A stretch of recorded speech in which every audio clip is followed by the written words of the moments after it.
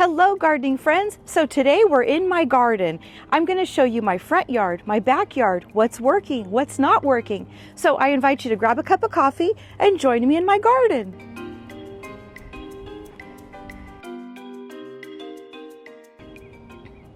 So let's get started here on this side. This is in the front of my home and the very far corner, and what I refer to as my bird garden. And it started because the bird bath.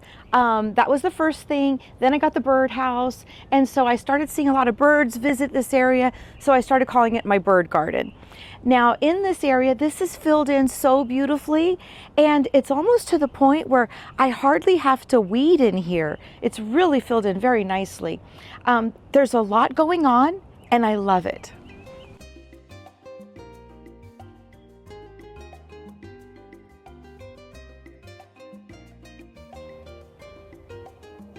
The boxwoods are filling in. They probably need a trim, but I'm gonna wait until maybe the late summer, early fall to give that a clean up. Agapanthus, just finishing up its show. I really would like to see that agapanthus really fill in here, so we'll see how that goes throughout the years. I also planted some iris inside of here that was given to me from a friend. That bubblegum petunia is not doing so well there. I think maybe just not enough sun? I don't know. Back this way, that's a snowball viburnum. And when that blooms, oh my goodness, so pretty. The fig leaf has really done a good job covering up my fence there. I recently trimmed up my olive tree here. This is a fruitless olive, and I really like how that's going to be a multi-branch and fill in that spot there. All right, let's go this way. That's an eastern redbud, and those are the ones that have the really pretty blooms in the spring. Let's jump in there. The eastern redbud, it's got such pretty blooms in the spring, and I love that the leaves are actually shaped like a heart. Isn't that sweet? And I can see that I have some, is it the leaf eater bumblebee? Look at that, we've got some activity here.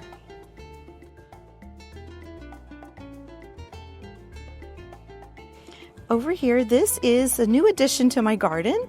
This was from my friend Liz, who didn't have room for this butterfly bush, so I'm giving it a home here, and it's already blooming.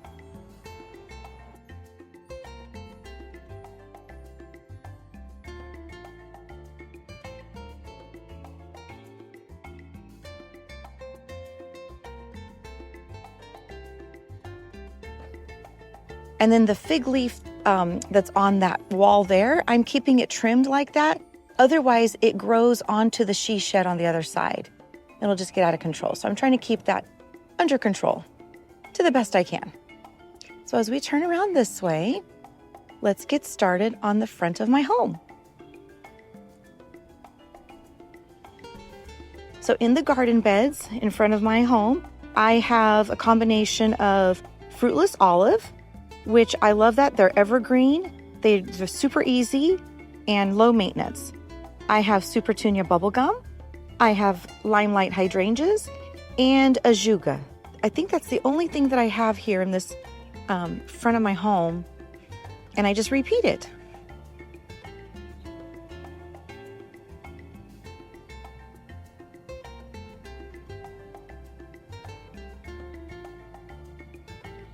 That morning sun looks so pretty on them. I have 6 limelight hydrangeas in the front of my home, and they're all in different stages. Some are doing well, some are a little smaller, but someday they'll all catch up.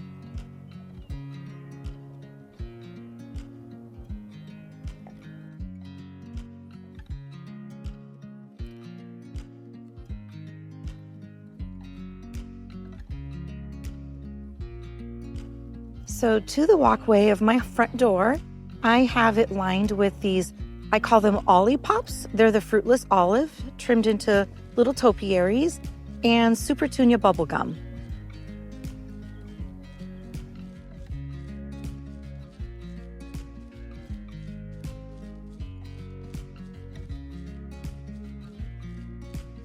I don't know if you saw the video where I had someone come and steal my Supertunia bubblegum that was here. I had 3 plants. So I had to move things around to fill in the space. Well, those 2 were transplanted. And as you can see, one did well with the transplant. It's very happy, but the other one not so much. And I'm not sure why, but that's just how it goes, huh?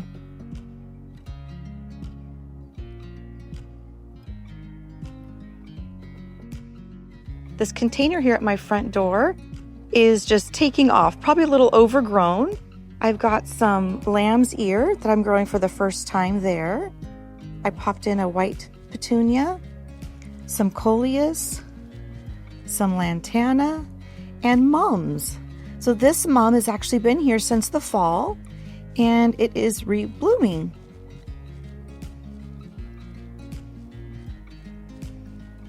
And I have my hydrangea.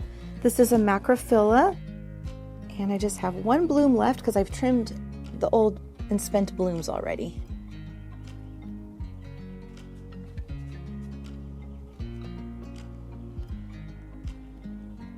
And this is a Alexandrina magnolia, and as you can see, it's got a little sun damage.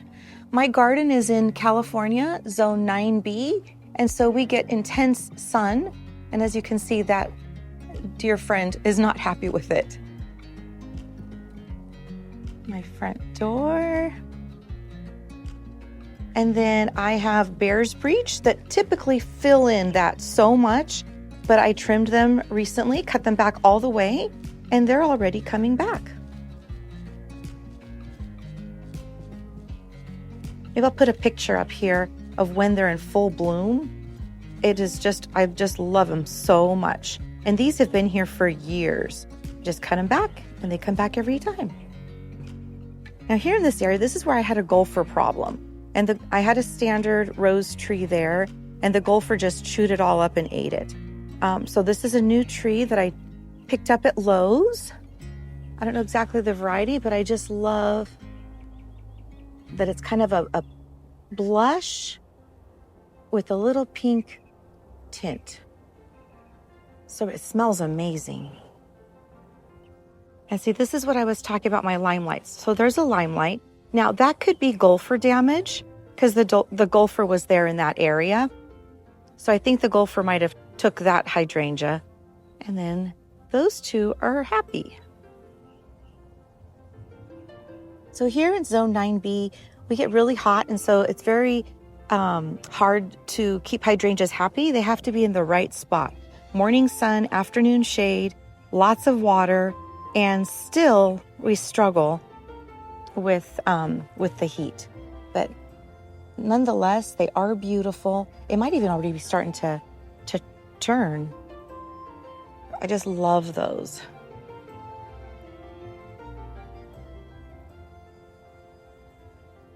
And over here, I have a boxwood that's trimming that corner, and then another snowball viburnum.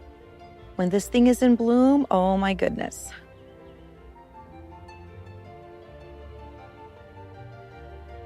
Oh, let's talk about my trees. I have 3 fruitless mulberries in my front yard. I just love how I'm limbing them up and creating like a shade, almost like an umbrella. But these trees are just so refreshing. This is the front of my home. This is the corner. So you can see it goes that way and that way. So this is the front, and I've got some, again, the fruitless olive bushes, some new flax, and the blooming sage. I've got some Supertunia bubblegum here, some Veronica, and Vinca. Well, this kind of shows you, these are sweet laurel. I'll put the name on the screen of these. But I actually get neighbors stopping to ask me what type of tree these are. They are evergreen for us, and then they do give off a tiny little yellow flower, a little bloom, but very easy to maintain. Sweet laurel. I did a lot of research before buying those.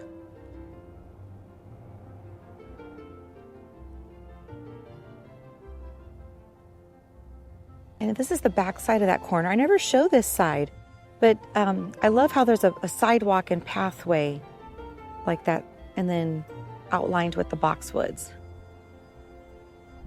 So then getting back to this side of my home, this is a white rose of Sharon. This is probably not the best place for it because it wants to grow up and be so big. And it's probably a little overgrown for here. But I absolutely love the way that it looks from my inside of my home looking out. And it's just starting to bloom. These are late bloomers, which is nice because when everything is getting tired and done, these are just getting started. And it is full of buds. But as you can see from that window, when I look out and I see that greenery and those white blooms, I just love it. So I don't know if I'm going to end up moving it or not, but it's not the best spot for it.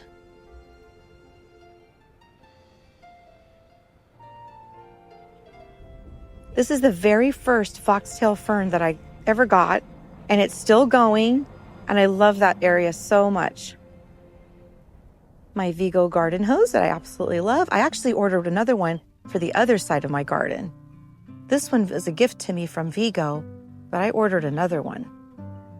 There's a limelight hydrangea here too, and a salvia that just finished blooming.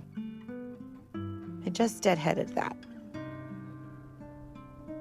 Then here I have a container with the wire vine, which I try to keep in check because otherwise that thing just takes over. And then at the bottom, some Dusty Miller. You can barely even see the container. I'm okay with that. And then this is a rose bush, or a little tree that my daughters gave me for a Valentine several years ago. And it just keeps, I deadhead it and it just keeps going and going and going. It is loves to bloom.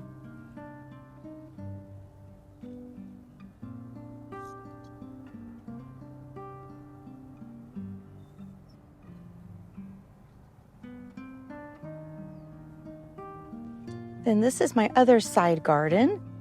There's another one of those, I want to say it's a cloud sage. I'll put the name on the screen. But when that thing is in full bloom, it's just a pop of pink right there. I love it.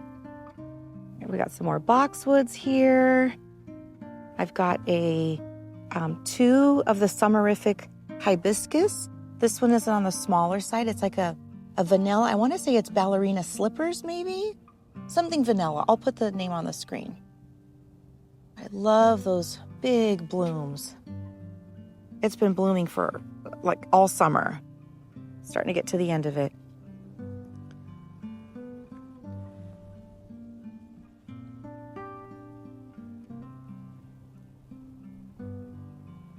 This is an iceberg rose. And then over here, the summerific. This thing has been blooming so much. And so these blooms, are showstoppers. I've had neighbors stop and ask me, what is that? It looks so tropical. Isn't it pretty? I even love the color of the foliage. Such a nice breeze this morning. All right, so there is another Rose of Sharon hibiscus, and see how it's just taking off? I imagine that that's going to turn into a tree. I'll probably start limbing it up and it'll be a tree. I've got a little teddy bear magnolia tree here.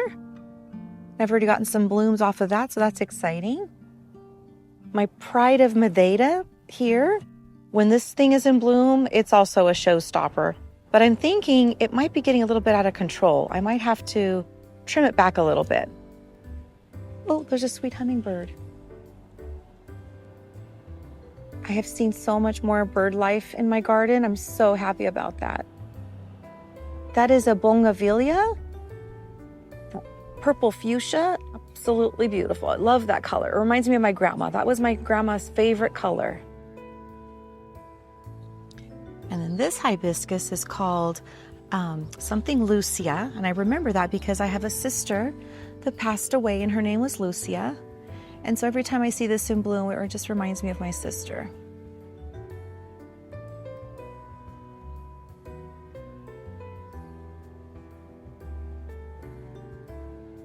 Don't you love how things in your garden remind you of people and occasions, like the Valentine's gift that my daughters gave me? Just, different things that other gardeners share with you. I think it creates so many memories in your garden. I'll give you an example. Like that hibiscus right here. This was one of my birthdays. My mom, dad, and my daughters, we went on a little field trip, and we ended up in a nursery. Imagine that. And at the nursery, they had that hibiscus. And I remember saying, put it in the cart, put it in the cart. And so now every time I see this thing in bloom, I remember that moment of, oh my gosh, put it in the cart, put it in the cart.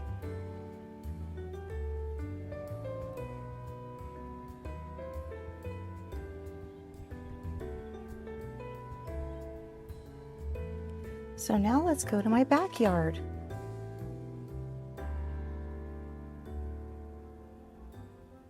So as we jump into my backyard, I just want to say, I hope that you're enjoying your coffee and the garden tour. And if you are, I invite you to subscribe to the channel. Here at Diane's Garden Inspiration, I not only share my garden and when I've got little projects going on, trips to the thrift stores or whatever it is, but I also share other gardens. And God has put some amazing people in my life and that have opened up their garden spaces. And so I trust that that will continue to happen. And so if that sounds exciting to you, I invite you to be a part of this community. Thank you. Let's keep going. So as you walk into my backyard, this jade has been here for quite a while, and it is just growing up so much, so easy. The maidenhair fern, absolutely love the texture of that. It's just so airy and light, and I can't believe that it's doing well with this heat. Another pot there.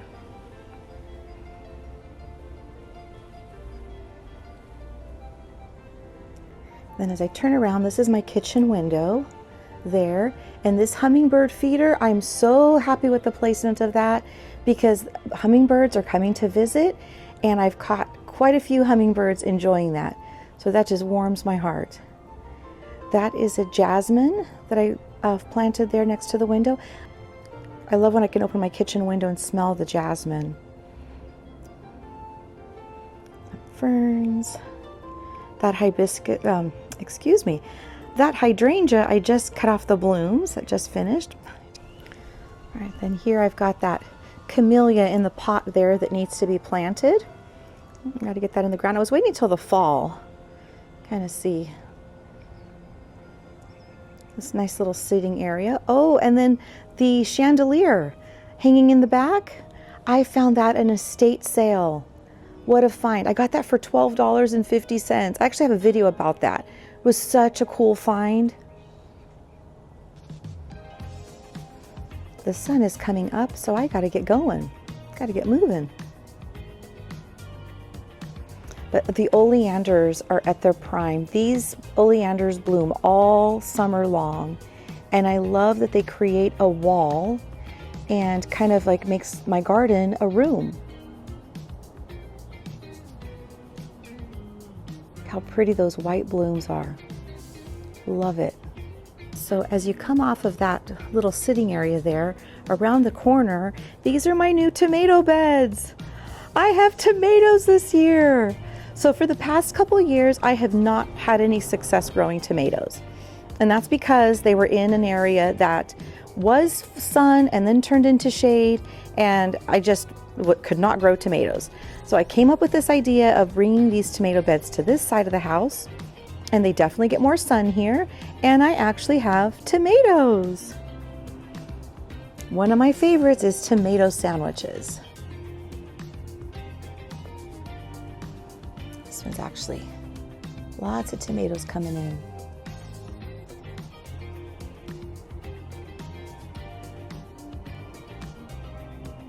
And of course, we've been eating so many of the cherry tomatoes. These are the sweet 100s. And I also have the sun sugar. Those are so prolific. Look, I think this is the biggest tomato that I've got. I'm so excited for that tomato sandwich. Oh, there's actually some in there that are ready to harvest. sure my daughter will grab that for lunch. But yay for tomatoes! That just goes to show you, don't give up. Sometimes things don't work in one area, try another area.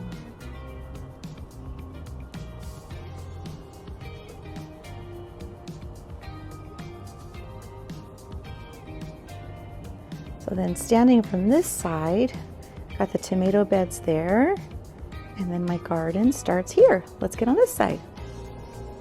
So this is an Italian cypress that has really grown up. I remember that tiny thing I planted was only like 2 feet tall. Look how much that thing has grown. And then here I have an orange tree, and I was looking the other day, I don't know that I have any oranges coming. It's kind of disappointing.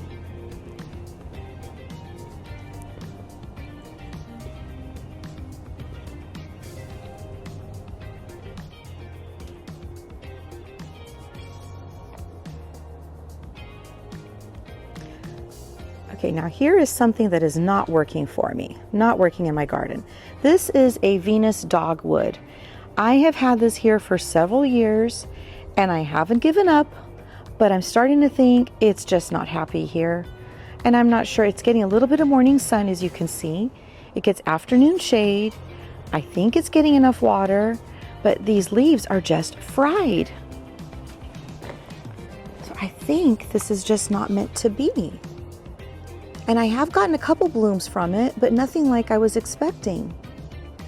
I don't know, anybody have any ideas? Just not doing well at all. If you know, let me know. Otherwise, I think I need to take that to the nursery and ask them for their opinion. You'll probably notice my garden has a lot of sitting areas, but that's the one that I use the most. First thing in the morning, which I was already out here this morning enjoying my coffee before the sun came out. And that's when I was sitting there and I was like, you know what? I think I'm gonna have time to do a garden tour. The summer's just gone by so fast. Has it been going back fast for you guys too? But that japonica there is loving its life, and another hummingbird feeder that the hummingbirds love. This here is a begonia that my friend Mary gave me. Such a pretty color.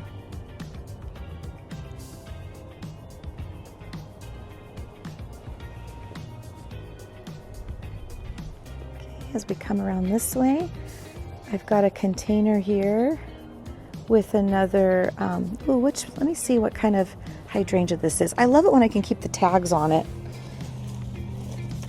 This one is a Limelight Prime. And look, isn't the pink blush so pretty?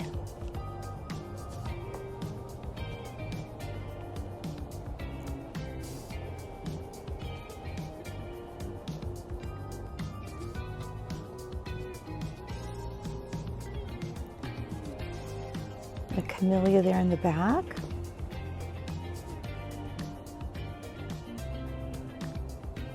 And my garden window. Oh my goodness, I have to update you.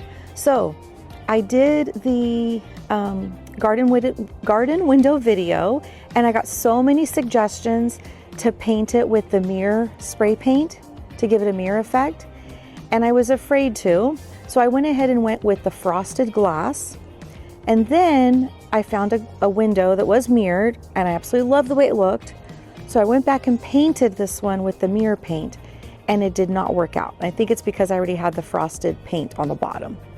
So now when I look at it, I get the sense that it's almost like it looks like there's curtains hanging behind it. That's what it reminds me of. That's what it looks like to me.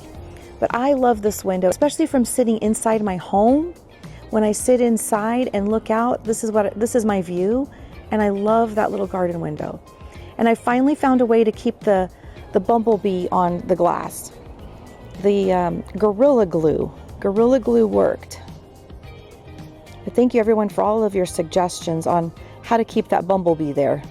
It was a struggle. Back up, this is a little fire pit area. Nice little sitting area as well. So if we turn back around this way,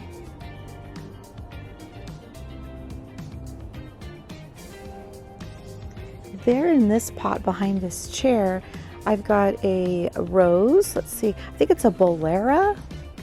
Let's see if it's got the name on it. Yes, a bolera white rose. And this thing, it needs to be deadheaded again, but it just keeps blooming and blooming. Great aroma. And I've underplanted it with some vinca and foxtail fern. I am a big fan of foxtail ferns, for sure. They're evergreen. See how when the wind blows through them, how pretty that is?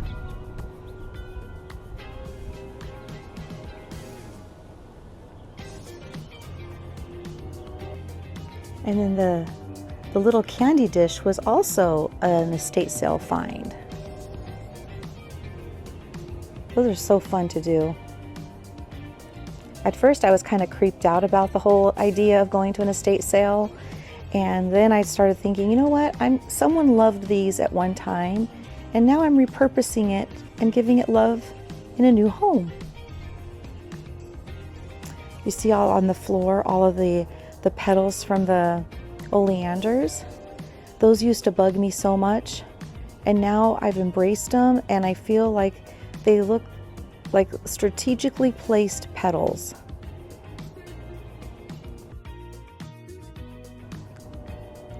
Okay, if you come around this way, I have a sitting area here, a dining table. And the reason why I have the chair cushions like that is because my daughter's cat, Cupcake, this is Cupcake, loves to sit in these chairs. And as you know, say hello, Cupcake. Yes, she loves to sit in these chairs. And I think we're going to rename her Goldilocks because she sits in every single chair. So I'm like, I can't do that. Just to keep them clean is his full-time job. So I let her have that one there. And then the others I turned up so she doesn't sit in there. Yeah, so Cupcake, also known as Goldilocks. Not sure how my daughter feels about me renaming her cat, but I think it's a perfect name for her. Oh, and then let me share, here's some more of that Astromeria. And this one, the yellow is so pretty here in my backyard. As you can see, I have a lot of pops of yellow in my garden. And again, I think this is something that we don't talk about enough. The citronella, this is to help with mosquitoes. We do have a lot of mosquitoes in our area. And then this, I think this is some sort of salvia. I have to look and see what it is. But that's a pretty color too, especially next to the yellow. Look how pretty that is.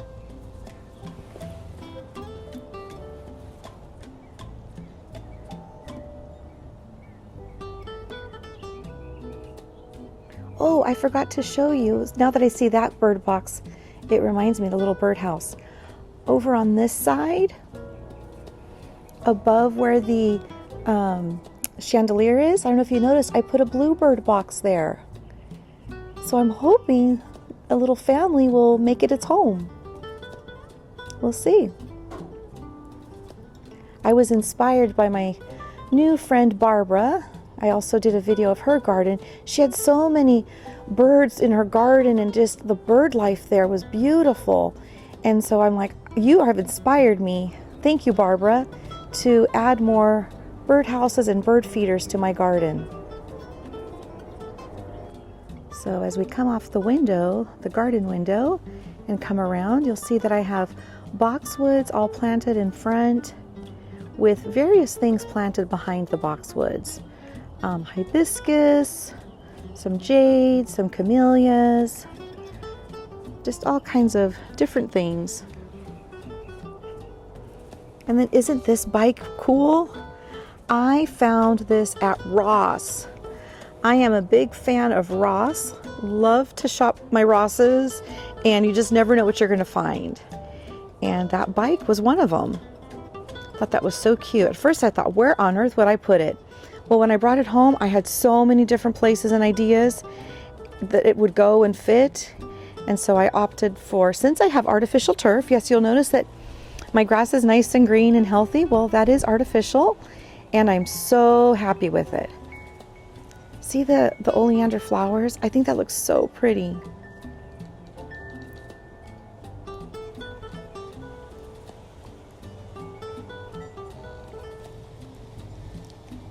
I believe that this hibiscus is called Minerva.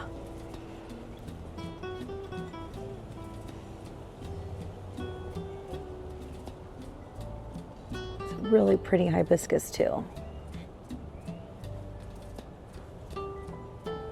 Oh, I've got another one of those Eastern red buds. Actually, I'm not sure if it's an Eastern. I know that it's a red bud, but again, I love that the leaves are shapes of hearts. That's a big heart.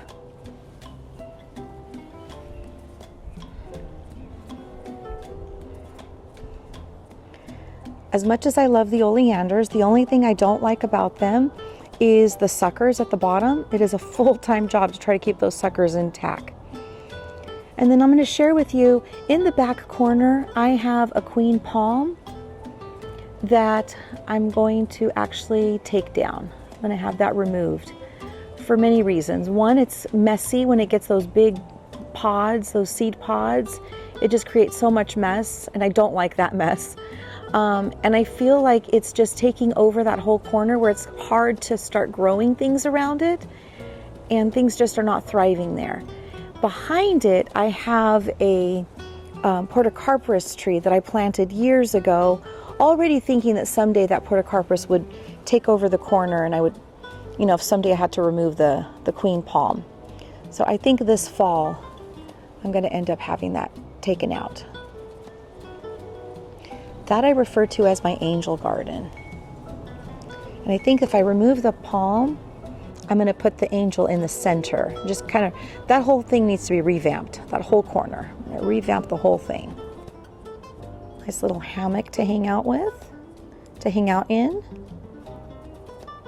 My St. Michael the Archangel, that was a gift from my sister and her family. And then this tree here, this was one of those dreams come true. I received this tree as a gift from my parents as a birthday present. Oh my gosh, I'll put down how many years ago it was. I'll figure that out. But my dream was, when I planted the tree, that someday I would hang a swing from it. Well, last year it happened. I was able to hang a swing from the tree. A dream come true. And this is a fruitless mulberry. So nice and shady.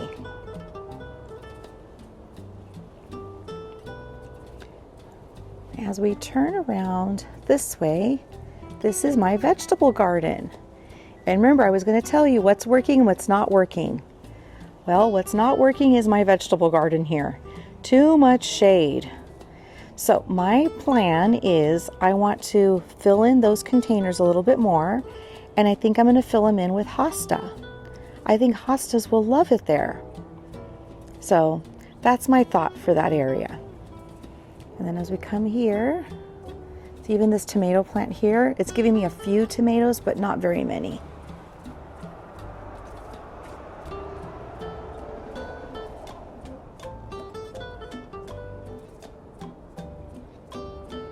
All right, and then this is my plum tree. It's actually a fruit basket tree. It's been grafted, so it gives off plums, peaches, and nectarines. But it has gotten out of control. It is way too big. So I want to keep it small and just keep it a nice little round tree there, because one, this year was way too many plums.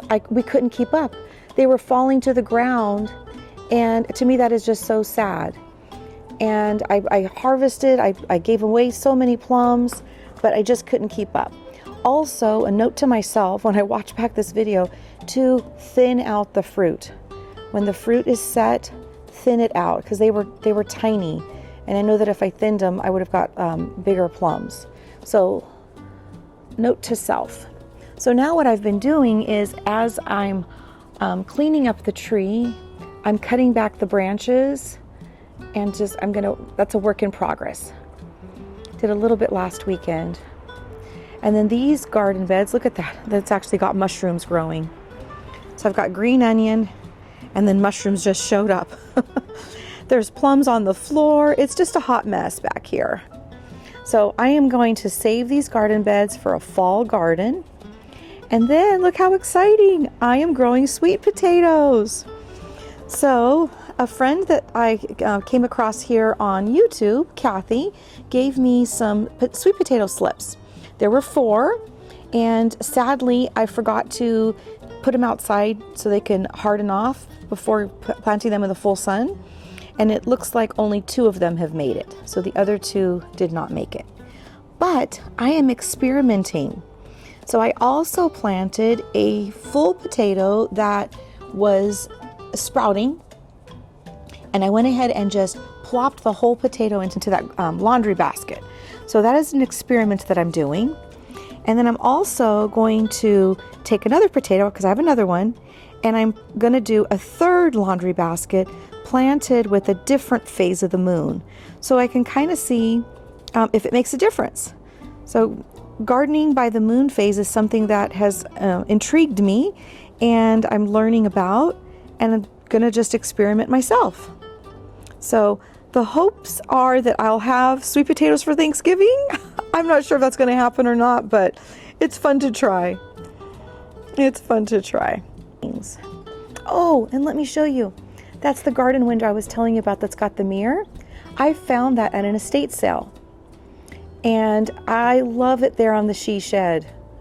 So once I saw the mirror and how pretty that looked, I was like, I wanted that on the other window. So my only thought is I'd have to scrape off all that paint on the other one and redo it, start over. But I think that I don't mind the look of it. Looks like it's curtains back there. Isn't this rose pretty? This thing has been blooming all summer too. And I think it just gets just enough sunlight in the afternoon to keep it blooming. Got some strawberries there. Oh, and I'm so excited to report that I'm gonna have mandarin oranges this year. There's actually quite a few on there.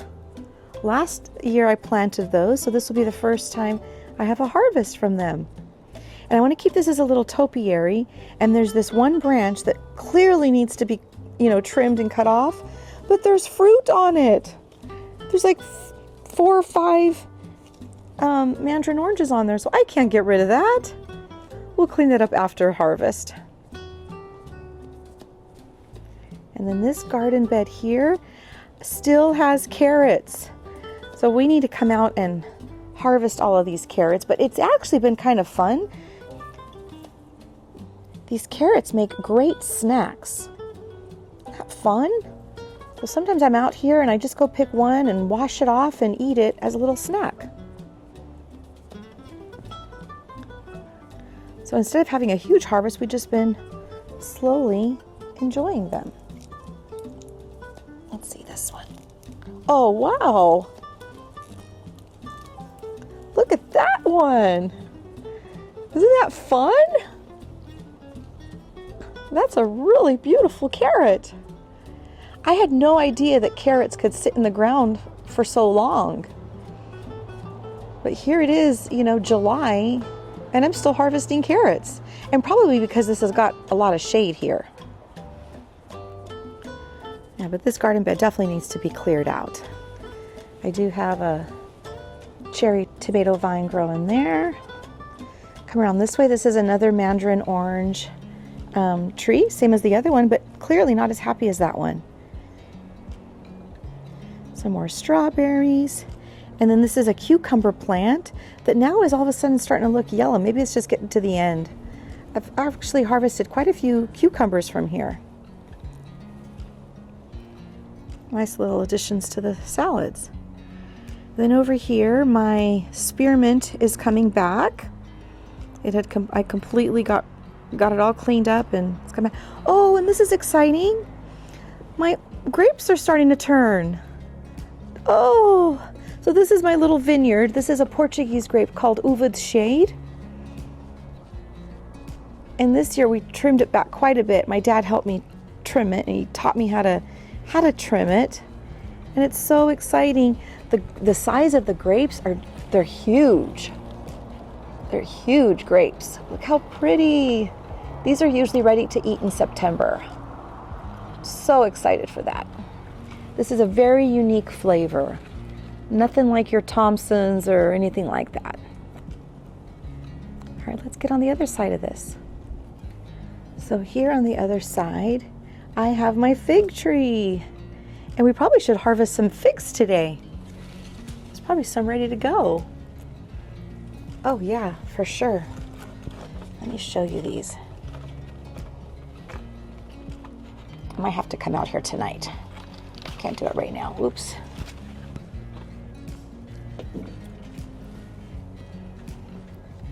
So let me show you.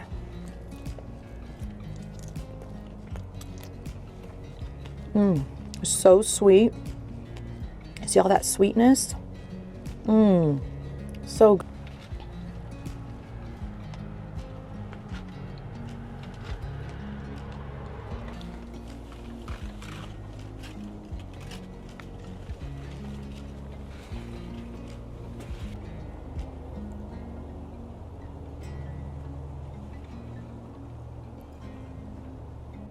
Okay, so like I mentioned, I've been trying to attract more bird life to my garden. And so for my birthday, my girls got me this beautiful little bird feeder. And what's really cool about it is it has a camera. So I installed it here because I think that Charlie can't get to it from there. So I think the birds are safe and it's working. I've had so many birds. Actually, I've had two, it looks like the same two little birds that keep coming back and enjoying this bird feeder. And it just warms my heart. It's so exciting to see, you know, the bird life coming and visiting my garden and enjoying it. So thank you to my daughters for the beautiful birdhouse. So thank you to my daughters for the beautiful bird feeder. I absolutely love it.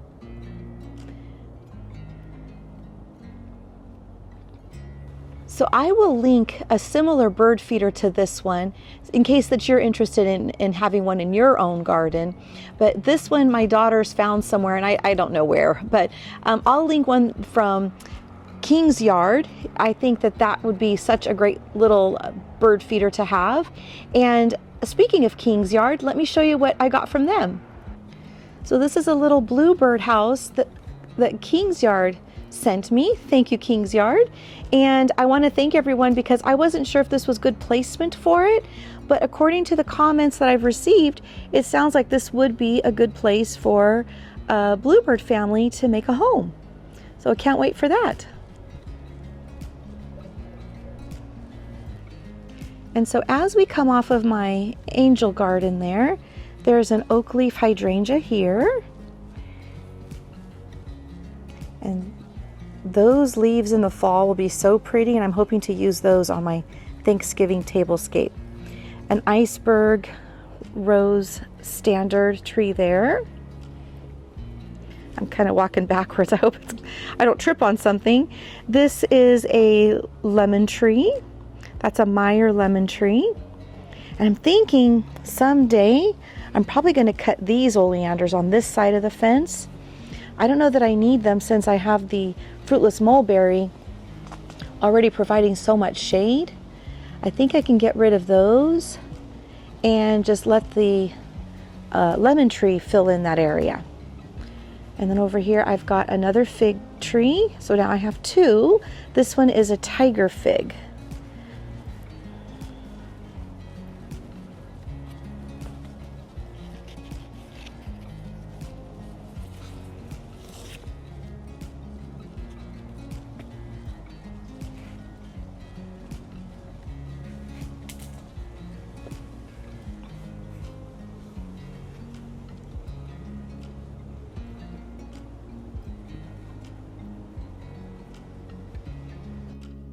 This is an area here that I struggle with, and that's mainly because it gets some sun like you're seeing now in the morning, but then it's shade all afternoon.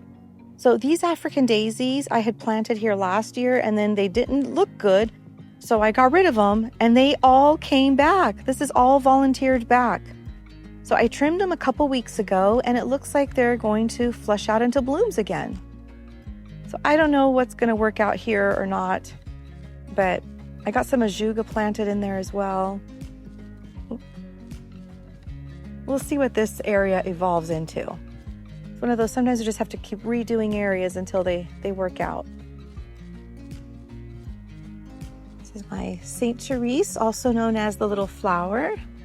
That was also a gift from my daughters. I love these kind of gifts that just remind you of the love that surrounds you, the blessings around us. And that garden angel, that was my dad's idea. One day we were sitting in the backyard and he says, you know, Diane, what you need in the back? You need like a statue of Mary or a guardian angel. And so that weekend we jumped in the car and we went and found one. And again, so that angel reminds me of the day that I spent with my parents and trying to find the perfect angel or statue of Mary for that area. And so when we found it, we all knew she's perfect. Oh, and I've also got this crepe myrtle. This is a white crepe myrtle. It's getting to the end of its peak. The white blooms are starting to brown up. But what I love most about crepe myrtles is the bark. I think the bark on these is so cool. It just kind of like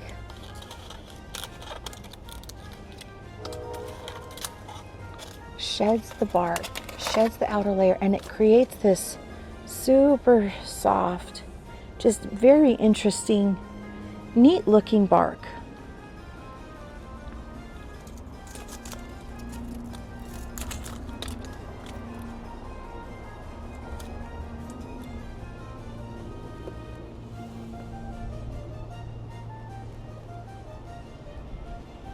So that's it for my coffee and that's it for my garden. So I hope that you enjoyed this. Thank you for watching. Thank you for being here. And until next time, happy gardening.